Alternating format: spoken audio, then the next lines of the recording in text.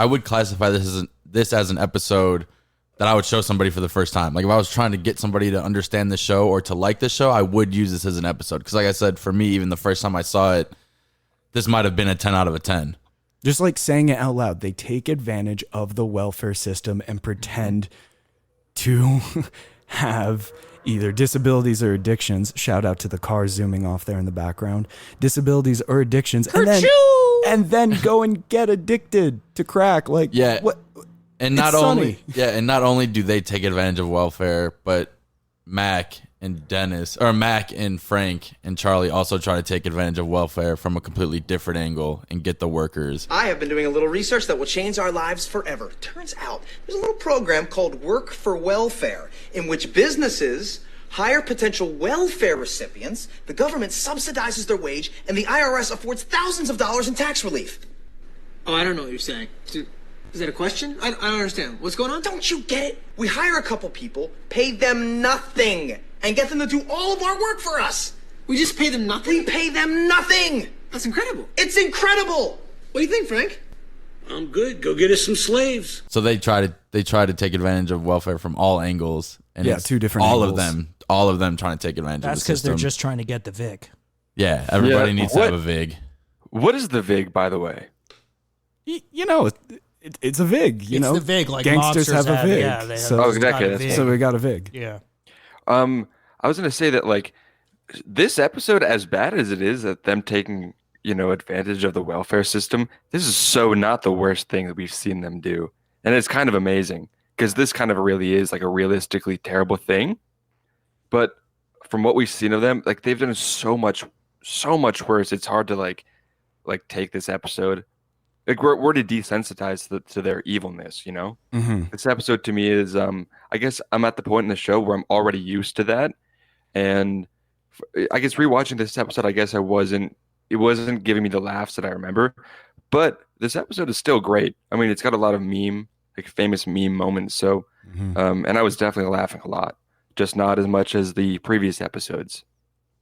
I'd like to make a different kind of argument here that the episode now is more relevant in certain ways. Not necessarily even like in a comedic sense. I'd say this episode is relevant in the way that I feel like a lot of millennials were basically Dennis when he finds out how much he was getting on unemployment, and they realize they're getting way more. Come on, this is America. We're going to go for it. We're going to work hard. We're going to reach for the stars. We're going to become more successful than our parents. We can shove it in their faces. They can eat shit. Oh, look, we qualified. Really? How much? $400 a week. 400. That's more than we made at the bar. I know. Okay, new plan. We're going to go on unemployment. Yeah. That's what it's there for, right? And in the meantime, we will focus and work hard and keep our nose to the grindstone. After this whole COVID pandemic, everyone was being sorely overpaid or underpaid, but mostly it seemed overpaid in my friend groups. How much does it cost to turn a right-winger into a socialist? $1,200.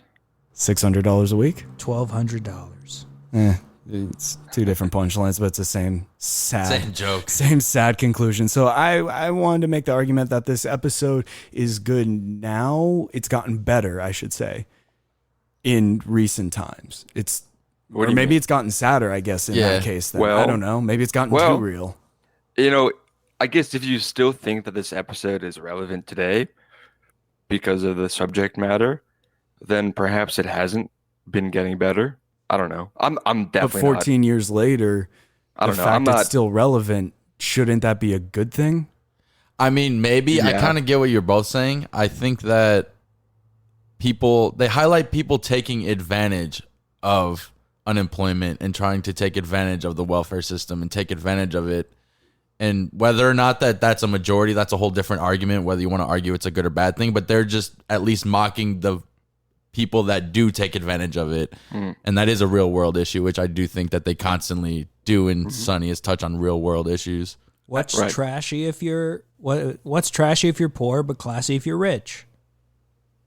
Stealing from the government. Cocaine. You're asking a lot of interesting questions here today. Dish of the day. Yeah.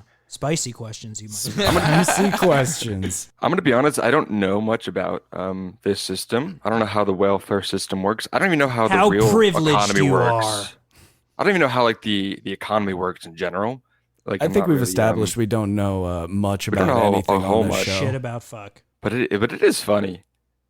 Like it is funny that that we have a sitcom who they essentially can take every aspect of our society and break it down into these ways, and for better or worse, make people talk about it like we're doing right now. And I mean, it should be noted that Dennis and Dee don't start out with malice. They don't start out thinking, all right, we're going to ride the unemployment and welfare train. They start out saying, all right, we just need some cash flow and we're going to really do our dreams. And then that quickly becomes walk and talk to just talk. And that's the funny joke behind the whole thing. It's like they started, obviously. we're going to get our dreams. We're going to Broadway.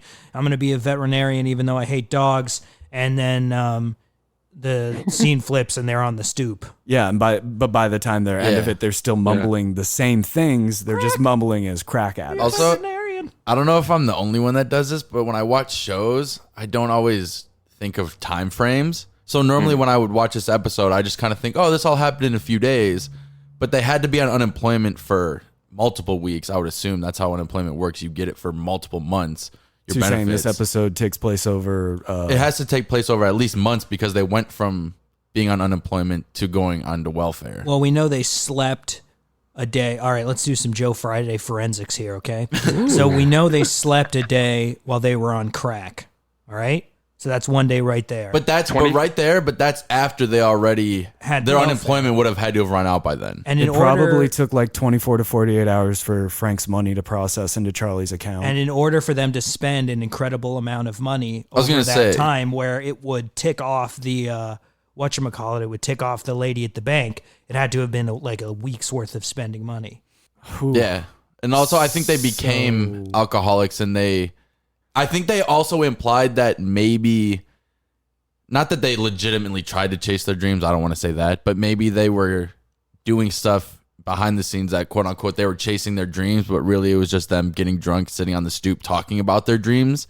So once again, 2 weeks is what I'm hearing? I think realistically, I think it would have to be longer. I mean, it has to be longer, but I'm not saying it is longer. I'm saying that's unrealistic in that sense. But I do think you have a point that this episode takes place over a longer than normal period of time. And the burning question on everyone's minds is, where did Frank get his slaves?